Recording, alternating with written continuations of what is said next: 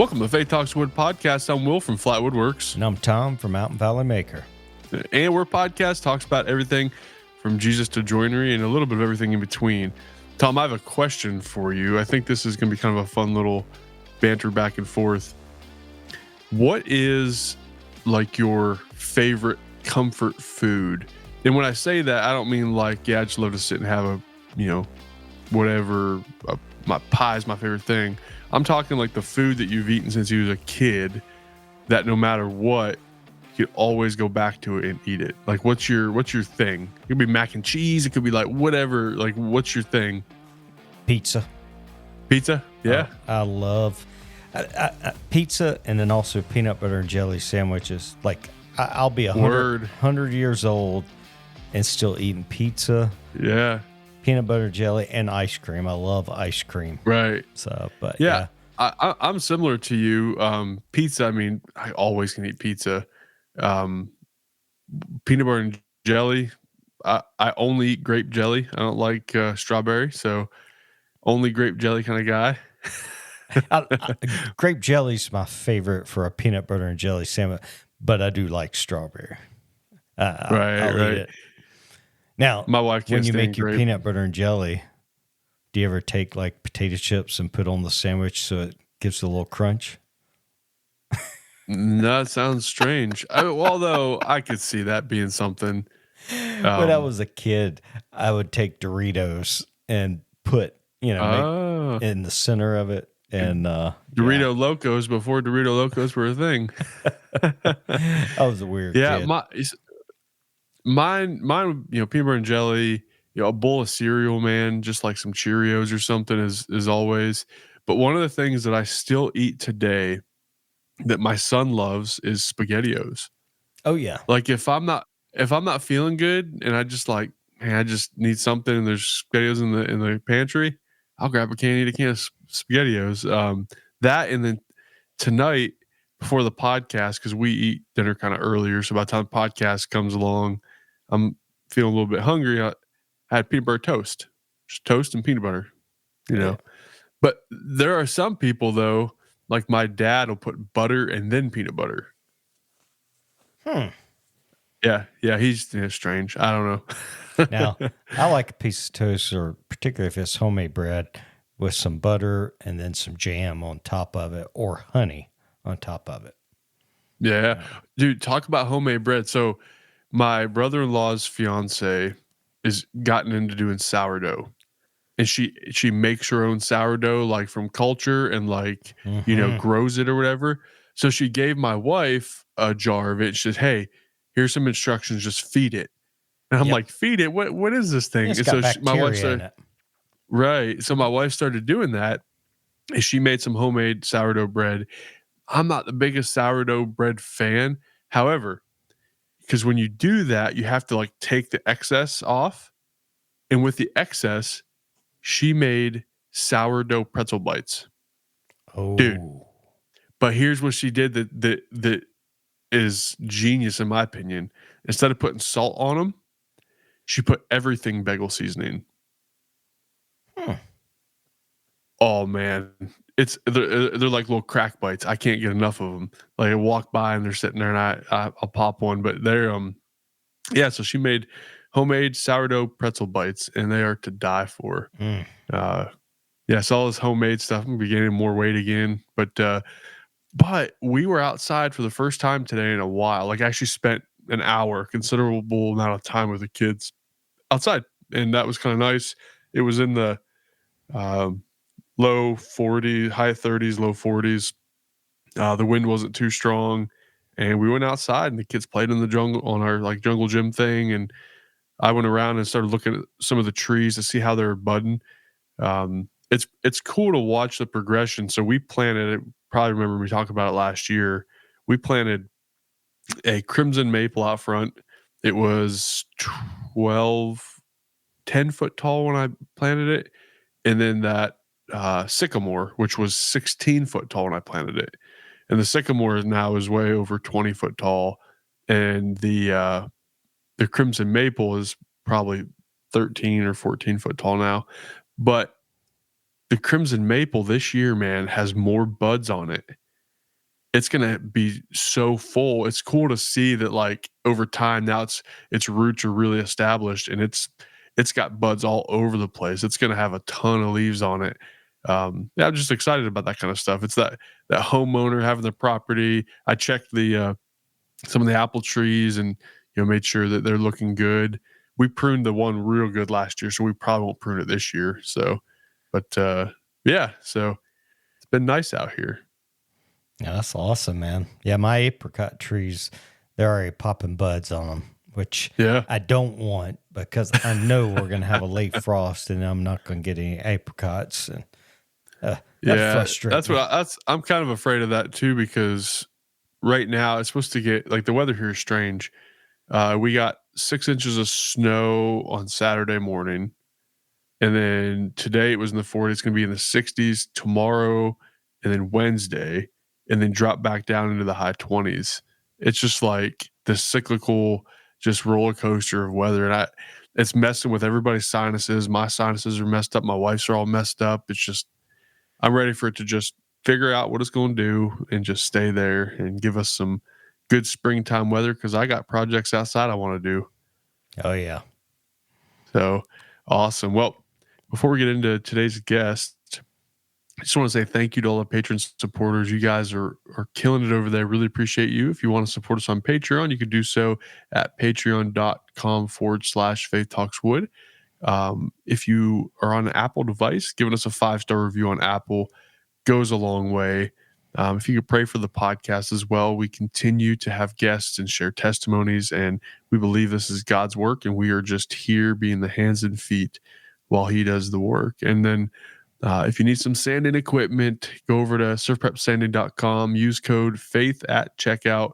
That will get you 10% off. It'll give us a little kickback at the podcast, and we really appreciate everybody out there. So, Tom, I'll let you introduce today's guest. Yeah, man. Got another South Carolina boy on here tonight, man. I'm excited. Mr. Justin Addy from Calvary Customs in South Carolina. How you doing, Justin? Hi, brother. I'm doing good, man. How are y'all doing tonight? Good, man. Welcome to the podcast. Tell us a little bit about yourself. Hey, thanks for having me. First off, you must be getting low in quality guests if you have me on. That's all right. No, man, we're booked out through August, man. It's no low. We got guests all over the place. That's fantastic, man. Y'all seem to be having some great success, and I really dig it, man. About me, really? I mean, ain't much a whole lot about me, man. Starting off, well, let's see. I'll be 42 this year. Married 18 years this year. 2 kids, 10 and 14-year-old, girl and boy. So, and just trying to do the best I can with being a husband and raising kids. And I tell you what, man, I'd be praying a lot. Kids will make you do that. That's yeah, true. Man. Woo. That's true. Yep. As far as Calvary Customs, I'm just a one-man show doing custom cabinetry. I really love doing is that at home? What do you mean? Is it a shop at your house? Yes. Yeah. So I have a shop on property. So I kind of live on like a family compound, basically. Okay. Yeah. So we've got a few acres here. My folks are on here. So I'm the oldest of 4 siblings, and 3 of the 4 of us are is living here on the property. Oh wow! Oh wow! Yep. I've got a sister and a brother that will be building their houses at some point on the back side. So that's nice. Yeah. How many acres is that? Tom's got the same thought as I do. How many acres the whole farm? So we have 14 acres here. Oh, okay. Okay.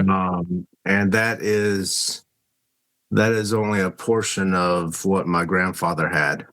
My great grandfather, he's the one.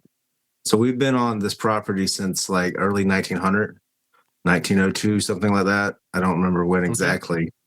He was a farmer, and he had like 6 kids, and my grandfather was the youngest of the 6. My dad's only child, so everything just kind of passed on.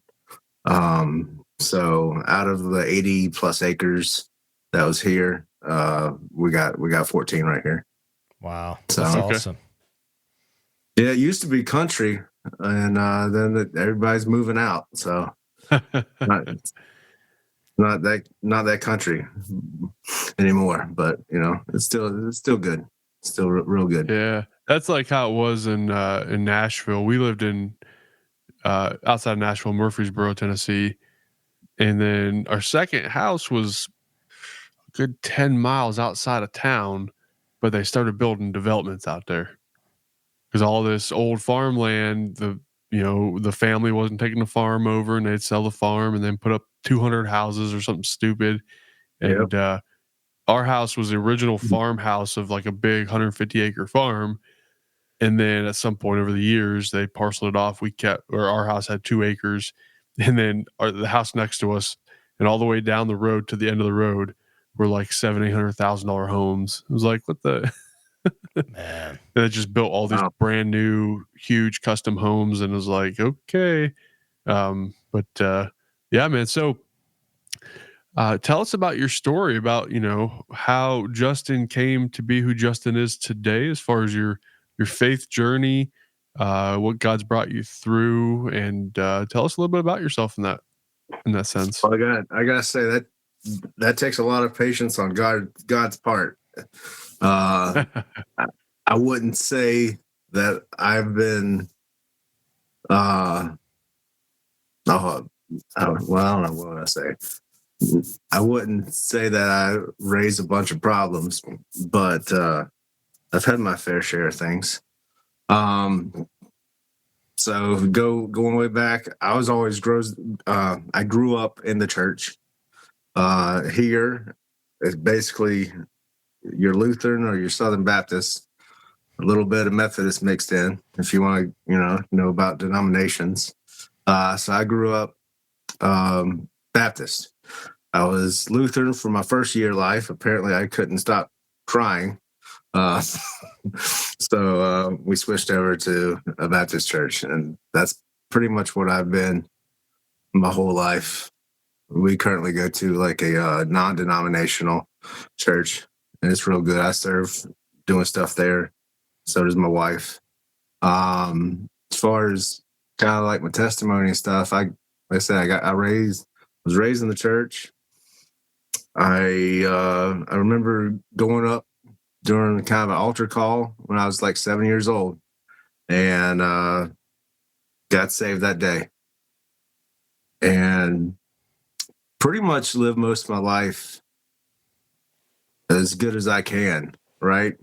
I don't think, and I'm sure, this is the enemy that always tries to get in your head about different things, but, it's nothing super life-changing. I wasn't a murderer beforehand. Now I'm not, kind of deal. But,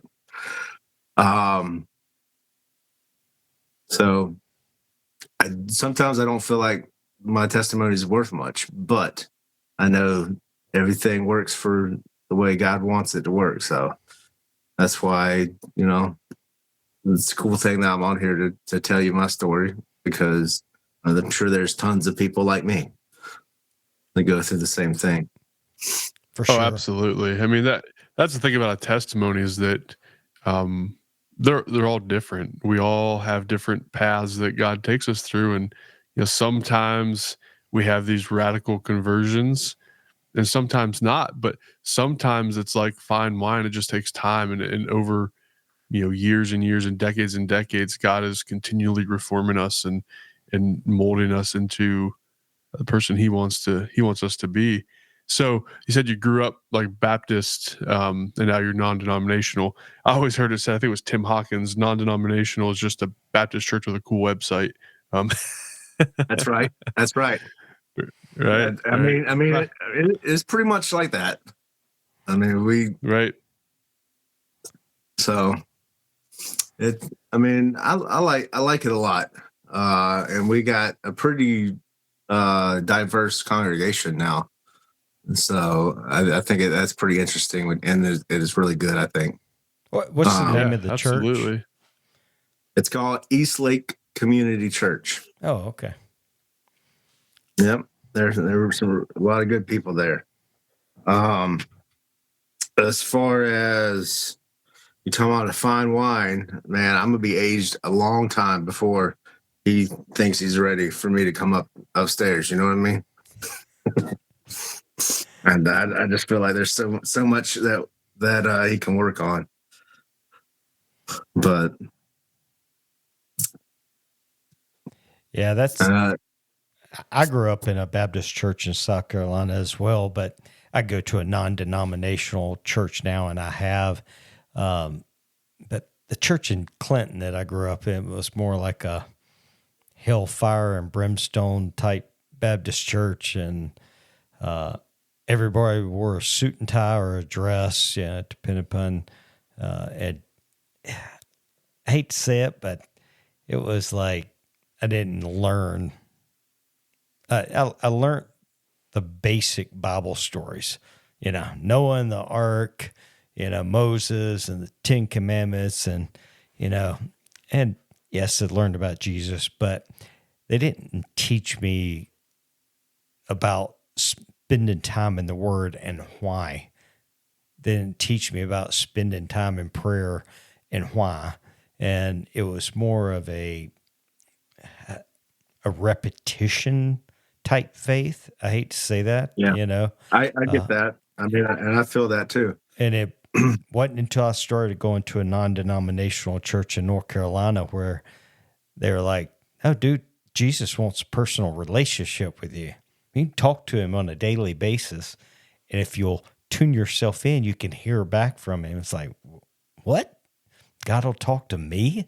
I can hear his voice, And so nothing, I'm not knocking the Baptist church in South Carolina, but for me, my growth didn't happen until I started going to a non-denominational. So my church is very diverse and I love it.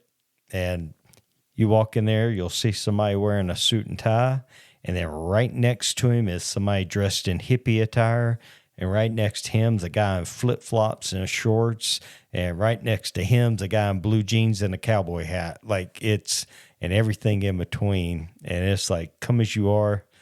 We love you. Jesus loves you. Let's grow. Mhm. And, yeah, I like that. I mean, that's very similar to where we're at right now at East Lake.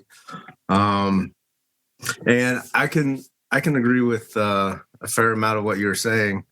It's like I knew a lot of different aspects of the Bible growing up, but I never really fully lived everything out. Right. I've always been the type of person that said, okay, it's in the Bible, so it's true. I'm not here to question it, kind of deal. And that's pushed me a little bit over the last 5 years or so, especially with my wife's medical stuff. That she was diagnosed with breast cancer. Oh man! Back in 21. So. So, as a matter of fact, she just had a Facebook memory pop up of 3 years ago. She got done with chemo and stuff like that. So, I'll tell you what, wow. you want to get closer to God. I don't recommend going through any of that stuff, but it'll help you get closer to Him. Start praying more, and I mean, he's healed her.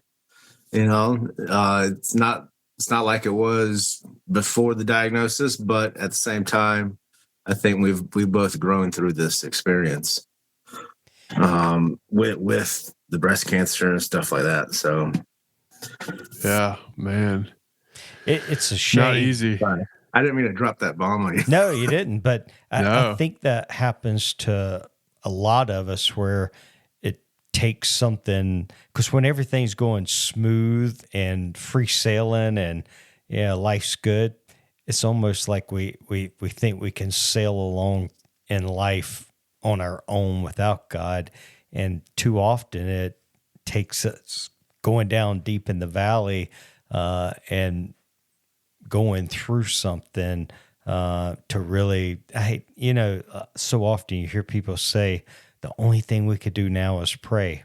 When in all actuality, what we should have been doing is praying all along before the bad thing happens. But same with me, things happened and it brought me to my knees. And then all of a sudden it's like, well, I guess now I turn to God, and I'm thankful for the things I've gone through, because now when things are going well, I've got a relationship with him. But yeah. Yeah, there's not a day goes by that I don't try to just stop and pray, at least for a little bit, because every day is a new experience, I think, because this is a new day. We haven't lived this day yet. So especially for me, this is the first time I'm trying to raise a teenager, and that's a whole nother experience. Will, I think you got a few years before that, but yeah, my oldest will be 5 here in a couple months, so got a little brother, bit of time. Enjoy those young years, man. Yeah, it'll be taller than you before you know it. I'll be praying for you. I'm 6'2", and he's grown like a weed. The doctor said he'll probably be taller than me, so we'll see what that's like. But my wife is only 5'4", so he'll be taller than her in a couple of years. Yeah. That's just like me and my wife, Darcy. I'm 6'2", and she's right there at 5'4". And my 14-year-old son, he is probably 5'11". So he'll probably be higher or outgrow me. I've got brother that's got an inch or two on me. So I'm envious. My wife too is 5'4", but I'm only 5'7". So fun stuff. So Justin, we were talking before the podcast a little bit. So you do custom cabinetry. Tell us how that got started. Like, have you always done custom cabinetry? Were you in a different trade out of high school? Like, what's your career path look like to get you where you're at? All right. So if we go back to where, you always wanted to ask what you were growing up or whatever, and I've always wanted to do some kind of design. I'm very good with my hands. And I'm very mechanically inclined, and I can visualize things, which I know a lot of people can't do all that, which, I really enjoy that. That's part of the gifts God gave me. And so I grew up in construction. My dad is a contractor, so I've worked with him most of my life, doing remodels, renovations, that sort of thing. And I like doing that.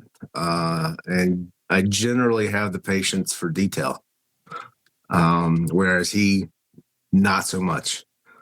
So he loved the framing aspect and bring everything together, and I like to finish things out on the detail side.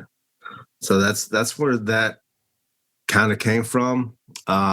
Going through high school and into college, I originally wanted to be an architect, but then I realized I got to go to school for 5 years, and that's the only thing I can do is architecture. So I switched up to mechanical engineering, and I did a couple years at a community college and went to a 4-year university. I went to Clemson University, and I lasted. Let me tell you, I lasted a whole semester there, man. Oh man. But listen, I breezed through and did nothing really in the classes at the tech school, right? I fully understood everything.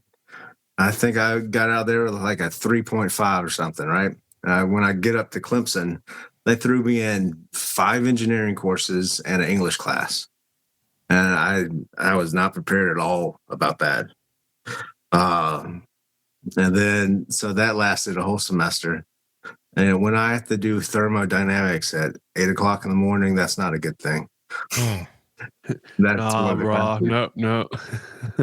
So, but all things happen for a reason. So I got done with that and came back, and I actually worked for an engineering firm for about a year or so after I got back, and I was doing drafting and a little bit of design, mostly drafting though.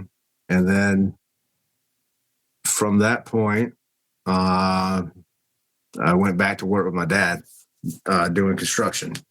That's really the first time I was working for him full time, because before that, I was in high school and in college or whatever. And I enjoy it. And I really enjoyed the short of the taxes, the 1099 aspect of, I'm my own boss kind of deal, and which is great in most occasions, except for the structure.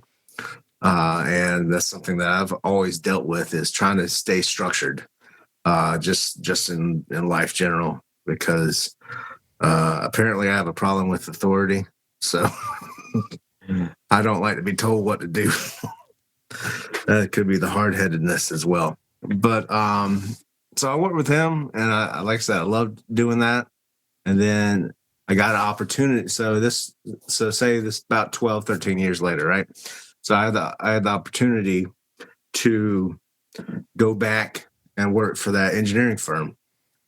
So I wound up doing that. And at the time, me and my wife, we were trying to get out of debt. So I saw this as more of a quote unquote secure way of a steady paycheck. So we went and so I went back to work with the engineering firm, and I did that for about 4.5, 5 years. And then it just wasn't exactly what I was looking for. And we decided to split ways. And that's when I opened up Calvary Customs. And that was December of 2019. And since then I've been doing construction stuff, handyman stuff, but I've been really trying to focus in on custom cabinetry. Wow. And so that's kind of where I'm at. And as of right now, I feel like God's blessing me. He's got me in contact with an interior designer who's a good Christian believer, another builder that's a good believer, and I feel like these relationships are just going to start growing and multiplying. So I'm pretty excited and a little nervous, but other than that, Yeah. I mean, I'm too blessed to be stressed, man. There you go.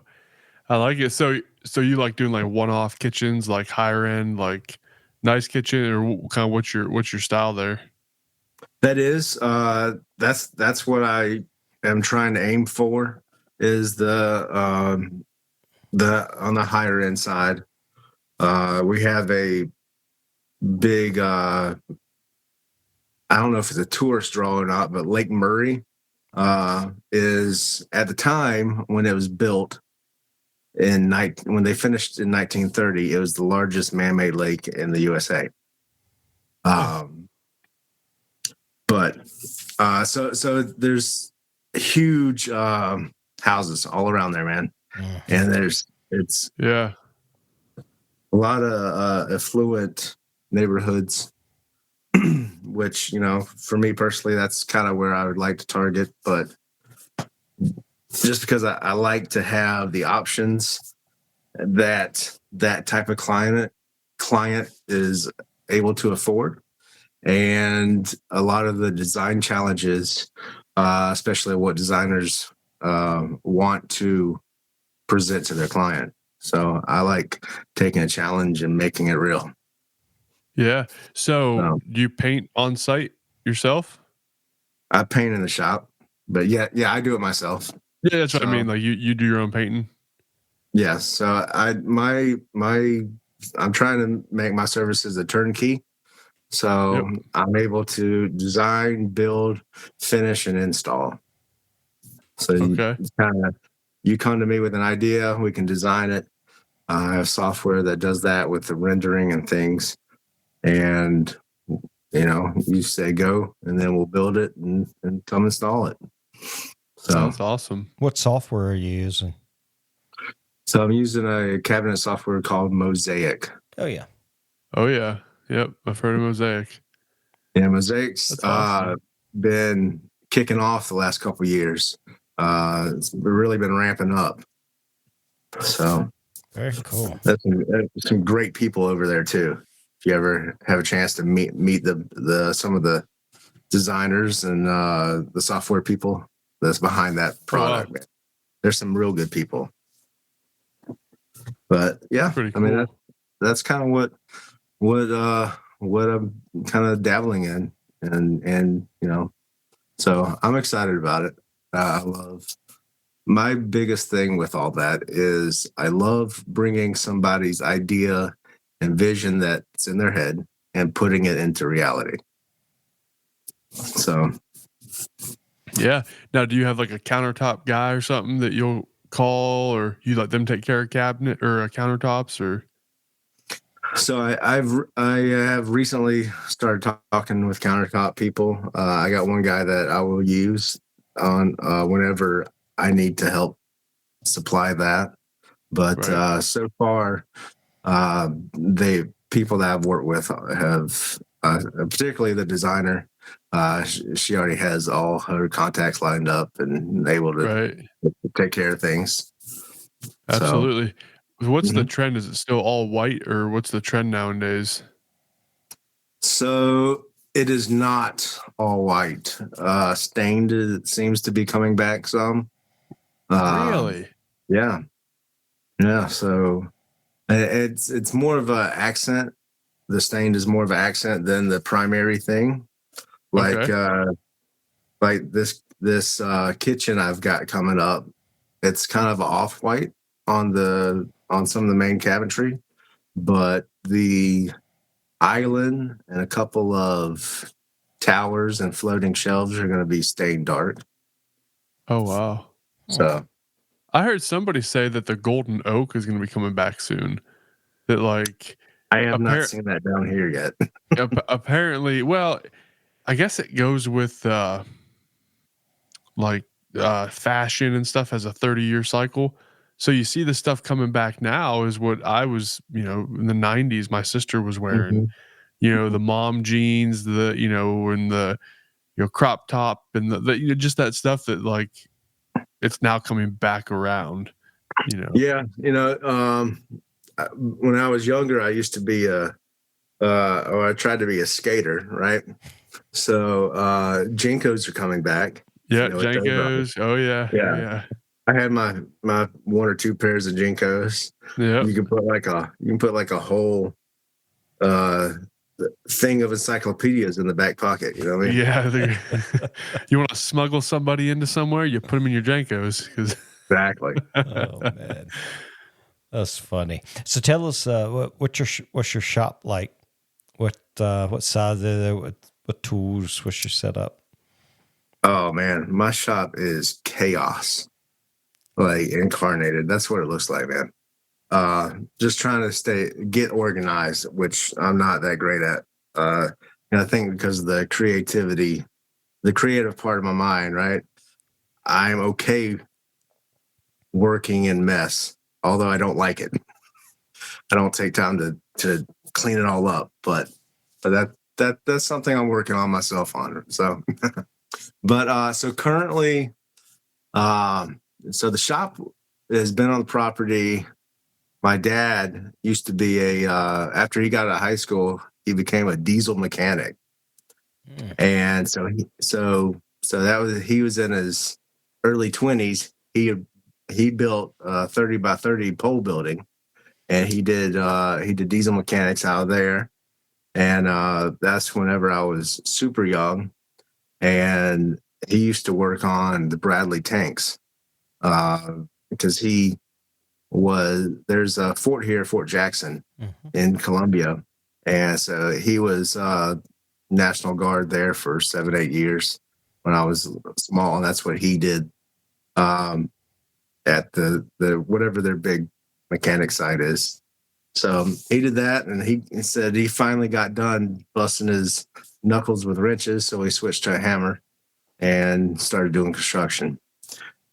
All that to say, yes. So he built the 30 by 30, and then, with it being a family compound, his parents lived next door, so he threw up a lean-to section, which is like 24 wide and 30 deep.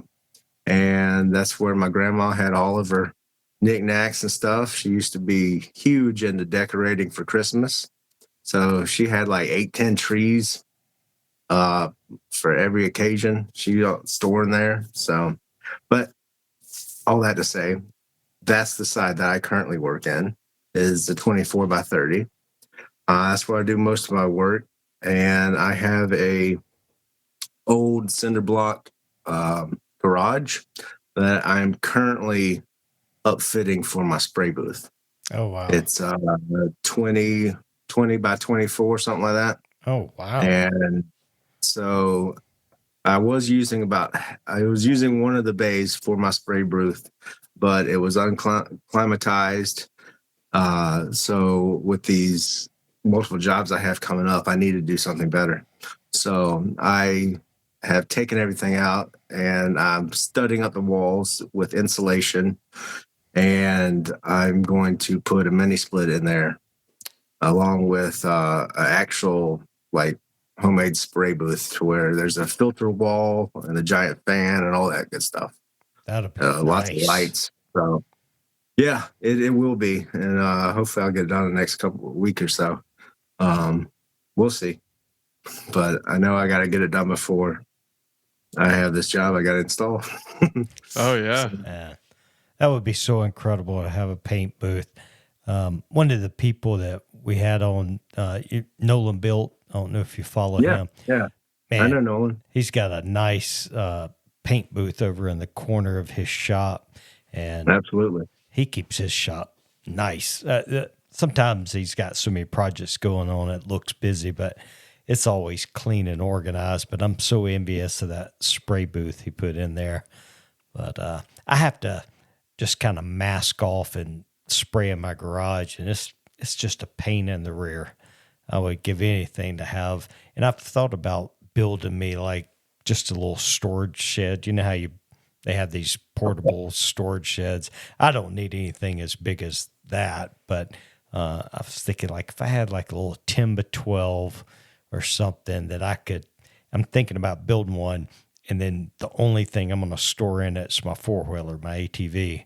And then when I need to spray something, I could pull it out, spray what I need to spray, and then, but not anytime soon. So. I think you can do it, man. Come on. Dude, I got a kid. My teenager is now 21, and she is starting PT school in August. So every spare penny I got is going to Colorado Mesa University PT department. So I can totally understand that. You better get some good swag from them for that, Well, I told her, I said, I'm going to be old, and I'm going to probably need therapy in the future. So don't be sending Daddy no bill. That's right. You get the family discount, right? That's right. That's funny. So what do you got going on in the shop? You got you building some cabinets right now. You're ready to start moving. Yeah. So right now I have a whole house of cabinetry. So for this job, it's a whole kitchen, pretty large kitchen, laundry room, a office, 5 vanities.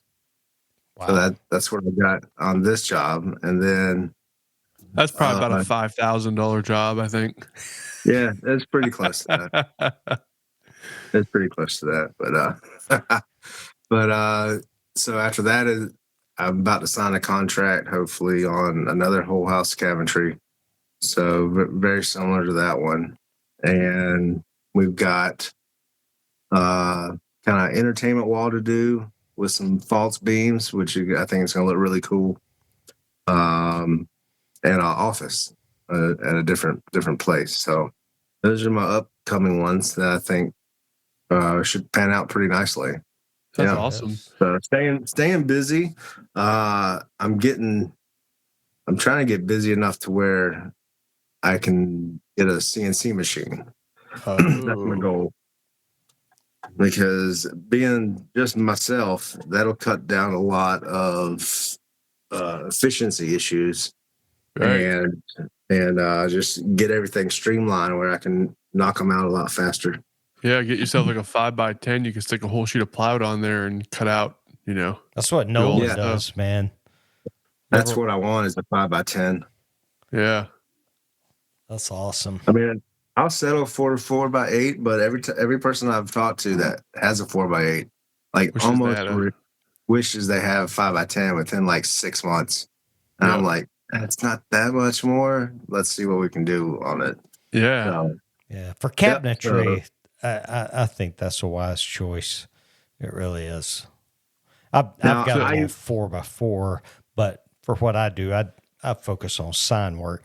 I would love to have a big 5x10. It would open up capabilities for me, but I don't have space for that, so it's not an option. So, yeah. So you had said that wood accent stain stuff coming back. Is that like just staining maple, or like what's the wood that people are liking?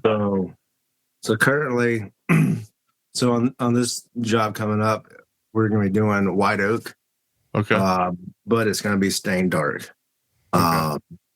I think they want like a dark walnut color or something like that. So, gotcha. But generally white oak is going to be the, at least for around here, it's the easiest to get a hold of. We don't really have alder, which we don't use much of that in this part of the country, at least that I know of. But I hear that's a really good wood that takes stain well. But for me, it's just going to be mostly white oak. Yeah. Ideally, I'd just like to use, if they want dark, I'd rather just use walnut and clear coat it. But, well, they want that straight grain of white oak, quarter sawn or rift sawn. And then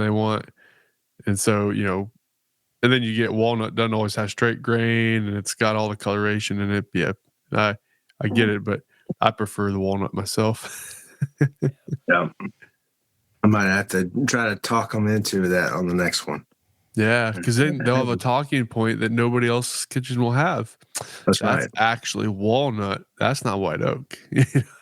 Exactly. I love it. Very good. So a lot of with stain, a lot of stain stuff, and there's definitely going away from all the white, like you were asking earlier. Right. Joanna Gaines is going out of style. Yes. Thank goodness. We still doing some shiplaps, but one step at a time. Right. So we got a couple different blues coming up on this job. We got a kind of a mid blue and a dark blue. Yep. So it's a good variation of color, I think. So, yeah, my father-in-law is a woodworker, and they built a huge addition on the side of their house, a kitchen, dining room addition, entryway, whole thing. And he built the cabinets, and they painted them like a deep green. It looks really good, but you never think like a deep green color, almost like a little bit darker than a hunter green. Okay. Yeah, it looks pretty sweet. That's close to the color that this entertainment wall I'm about to do is going to be. It's some kind of dark green. Yeah.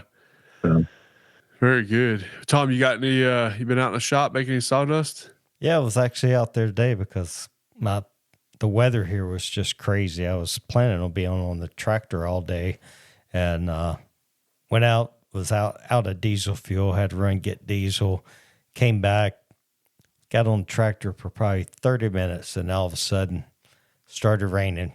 Then a little while later, the rain turned to snow for a few hours, and then it went away and came back and was sunny, but then everything was a mud pit. So I actually spent the day in the shop, well, about half the day in the shop today, and cleaned up, and then started milling up some lumber. I told you last week I got those blades in, but I just didn't have time to get them made. So I decided I got a 4-pack of those blades, so I'm making 4 of those bread knives and going to make matching boards with them. So rather than just making a solid color handle for the knife, mix it up and make some gift sets. But yeah, I was out there today doing that. And then ironically, you can't see it, I got Band-Aids on it. But dude, I made a dum-dum today, not on my bandsaw. So, if you don't cut round objects on the bandsaw, it'll make your board. Well, I was cutting some logs, making some cookies, and it had a flat side to the log. And so I made 4 or 5 of them. And then I guess I got past the flat part and I was pushing through, and there was a little knob on the, where a branch had been, just a little peek out. And man, I was almost through the thing, and somehow, I don't know how it did.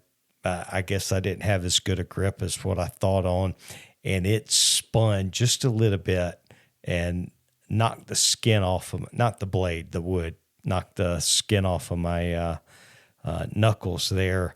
But it scared the bejesus out of me. I was like, because normally I have a jig that I made if I'm gonna run something round through the bandsaw, but this, because it had that flat side of the log, I wasn't using it, and I still don't understand how in the world I did it. But yeah, it had that's the first time anything's happened to me like that in the shop in a long time. But yeah, so I did get hurt, just a little skin knocked off the knuckle by the log. But yeah, anyway.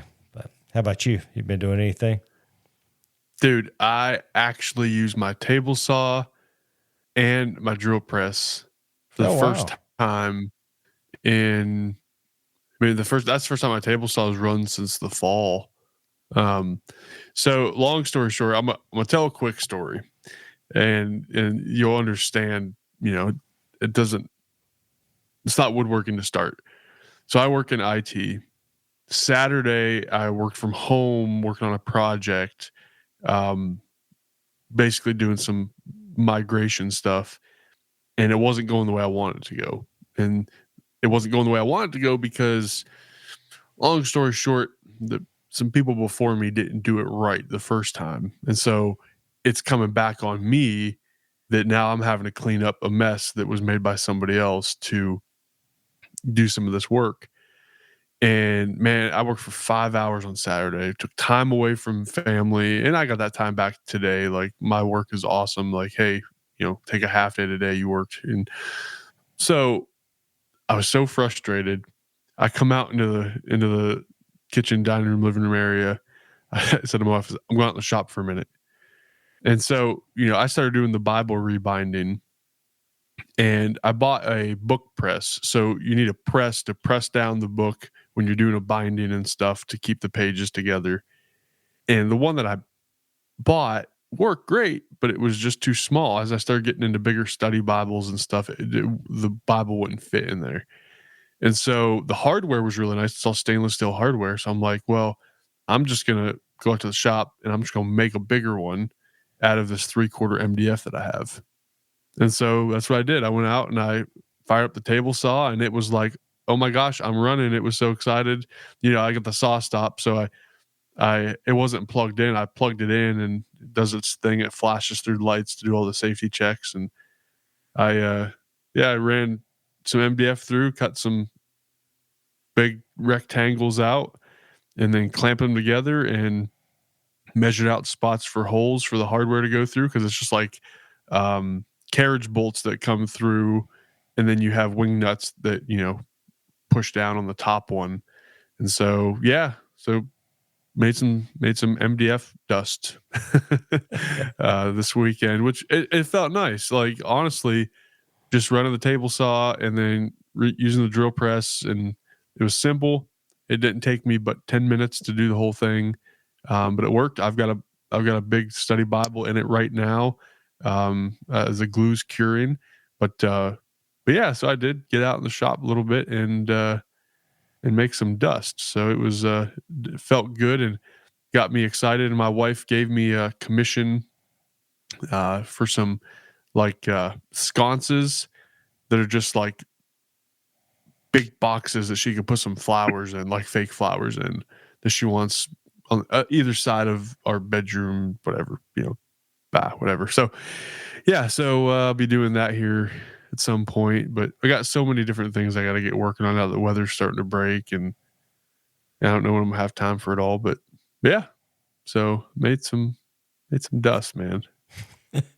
It's funny how good that feels, just because I haven't got to use my tools much the last few months, and I just hadn't had time, and then getting injured and all, and so feels felt good to go out there. And I only had a few hours, and but I know the feeling. So Absolutely. Well, Justin, man, we really appreciate you coming on the podcast and hanging out with us and talking shop and sharing your story. Where can people find you out on the Instagram?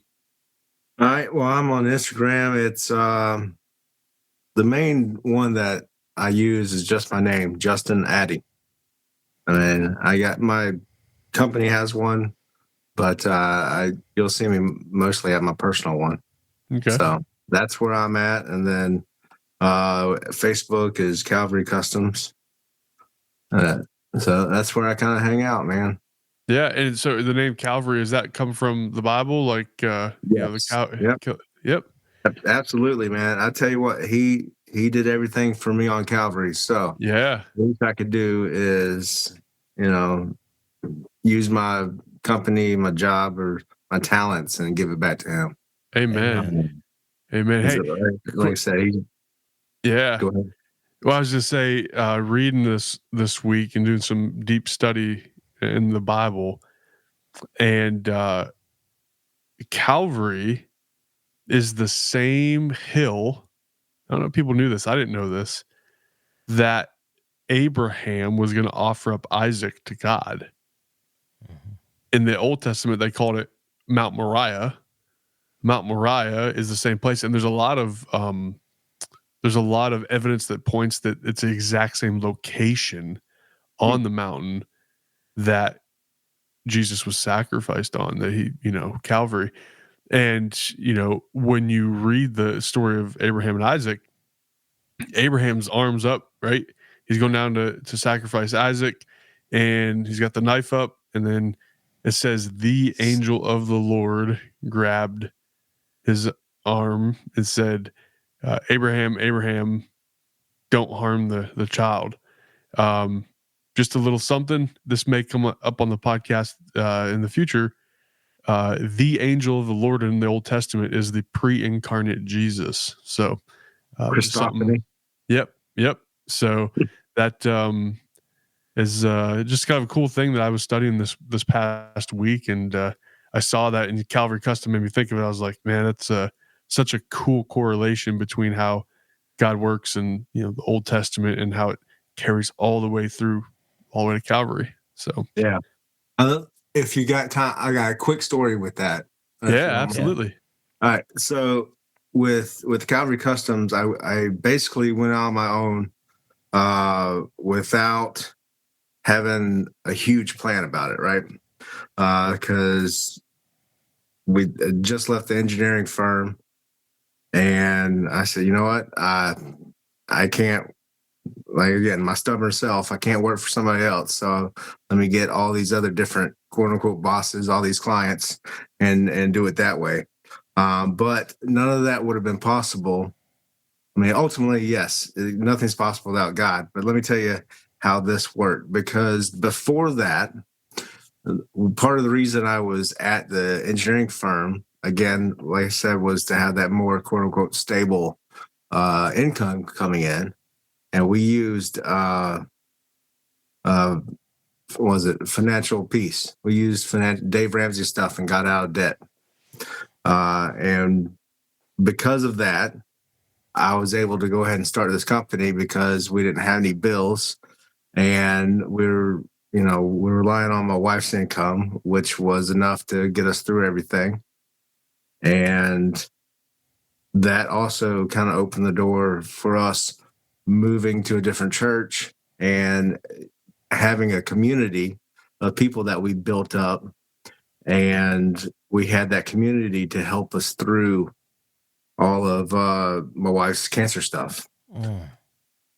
So just to let you know, and you know this, and your listeners know this, God works every angle, and we won't even, I don't know if we'll even see everything about our own lives when we get to heaven, but it's just amazing looking back at, okay, I see him there and I see him there. Right. But in the moment, it's hard to see him, but he's there and he carries you through everything. Amen. Man, preach. I love it. So that's just a little story on my side on that. And awesome. he's just, absolutely, he's been so faithful to us. And I just pray that I can be as faithful as I can to him. And that's my prayer every day. And most days I fail, and that's why I keep praying. But here we are, just doing it one day at a time, trying to live for him, and doing what I love doing to try to glorify him. So absolutely. I don't mean to put you on the spot, but what's your favorite Bible verse? What's your life verse? What's your I don't really have a life verse. Okay. Because I don't know, I'm a cop out and say they're all too good, right? Right. But I wish I remembered the joke that that comedian said that he did his life verse. Was it Tim Hawkins? Yeah. He had a bit about putting his life verse on something, and it was some kind of psalm verse. It was a pretty funny one. But I think for me, it is that I can do all things through Christ who strengthens me. Right. And I feel like it gets quoted out of context. Yes. Quite a lot, because if you think about it, that's Paul, correct? Right. Yep. Okay. So he wrote that when he was in prison. Yes. And prison back in the day is nothing like what we have now. You weren't watching TV and eating salads. No, prison back in the day is basically they threw you in a hole, and if you live, you live. If you don't, it's nothing to them. And you had to provide your own everything, which is amazing when you read through all that, how God provided for Paul, with the other believers helping him through all that stuff. So yes, I like that verse, and it's helped us through many different things. Another one is, work, do everything as unto the Lord. Right. So there's a couple key ones there that I try to focus on. Love it. But if I had to pick one, I'd pick that one, Will. Awesome. What translation do you use? Usually CSB. Yes, that one. Yep. Christian Standard Bible. Yep. Now that's fairly new to me. Growing up, I've always been an NIV kind of guy. Yeah. That could be the Baptist in me. I'm not sure, but NIV took the world by storm in '84 when it came out. But I will say this could probably irritate some people. I believe the CSB is a more faithful translation than NIV. Nothing wrong with NIV; it's a great translation. But what the translators did on the CSB, one of the most balanced translations, hands down, I believe. So yeah, I have heard that is the closest to Hebrew and Greek that any others are. So yeah, that's subjective. There's so many different aspects to it.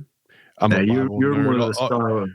Well, all the listeners know. Don't get me talking about Bible translations. Tom knows too. He's like, "Oh boy, here we go." But no, it's I love the CSB. It's a fantastic translation. It translates things a lot of times better than a lot of their translations. For instance, if you look up John 3:16 in that translation, it doesn't say for God so loved the world. It says in this way, God loved us. I mean, that's how the Greek actually says it. There's no for God so loved the world. So little things like that. Yeah. The CSB is fantastic. So do you go down a lot of rabbit holes with word studies and original Hebrew and Greek and stuff like that?